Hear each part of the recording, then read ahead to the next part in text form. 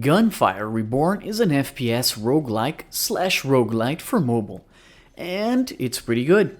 Let me tell you why. The game originally came out on PC. Something quite unique about this game is that, well, unlike most roguelikes, this game is also a first-person shooter. You won't find many like that, so if that's your type of game, you've come to the right place. And let me tell you, these genres make for a pretty damn good combo. It is an FPS in which you take on enemies in a sequence of levels, followed by a boss fight. Now, each level has randomly generated rooms or stages that the game calls, so no run will ever feel the same, like roguelikes are supposed to be. Skill is a huge factor here, as well as RNG, since the weapons you will be using throughout your runs are gonna be acquired through chests. You also get to select a few upgrades mid-run, all based on luck. You can upgrade weapons mid-run as well, which is cool. Adds a little bit more customization, I think. Weapons come with different attributes as well, so there's still luck involved. Even if you drop two identical named items, chances are one will be much better than the other.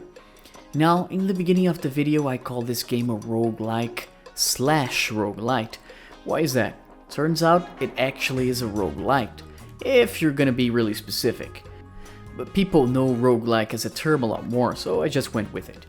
What's the difference, you might be asking? Well, the difference is that for roguelites, you can make some permanent improvements on your character. So you do have an overall sense of progress, not exclusively dependent on skill. You can get a wee bit stronger every turn, and that's pretty cool. It gives you a sense of actually going forward when you put time into the game.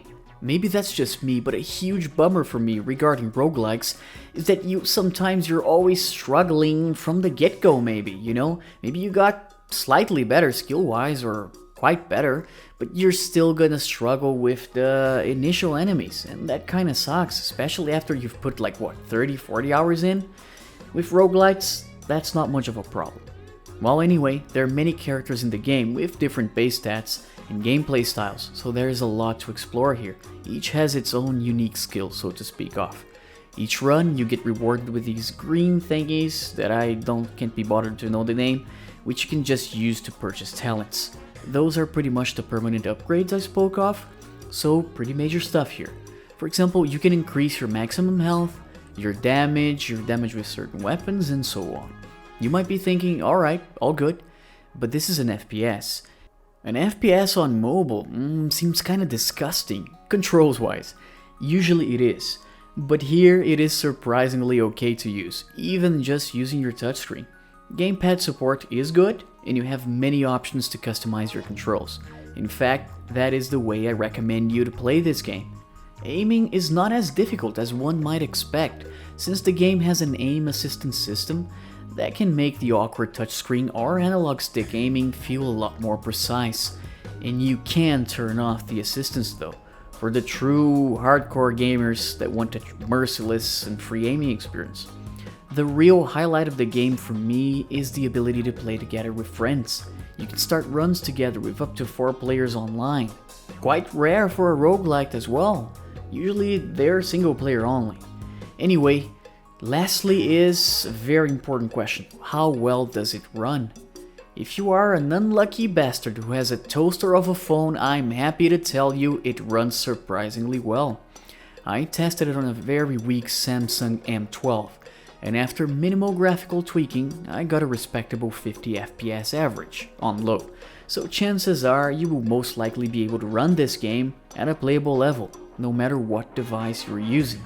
Granted, it's not an actual toaster. Anyway, it's not gonna look nice, but it will run. An important piece of information is the game is not free, unlike most mobile games. It is affordable though. I mean, it's $6.99 USD. I think it's quite worth it if you think about it. Most mobile games suck ass and are chock full of ads, because well, there's only so much developers can do when it is expected that their game will be a free download. So games like these with a small price tag fix a lot of these problems. Pretty good quality and no ads forever seems like a good deal to me. The Steam version is more expensive though, at about $19.99.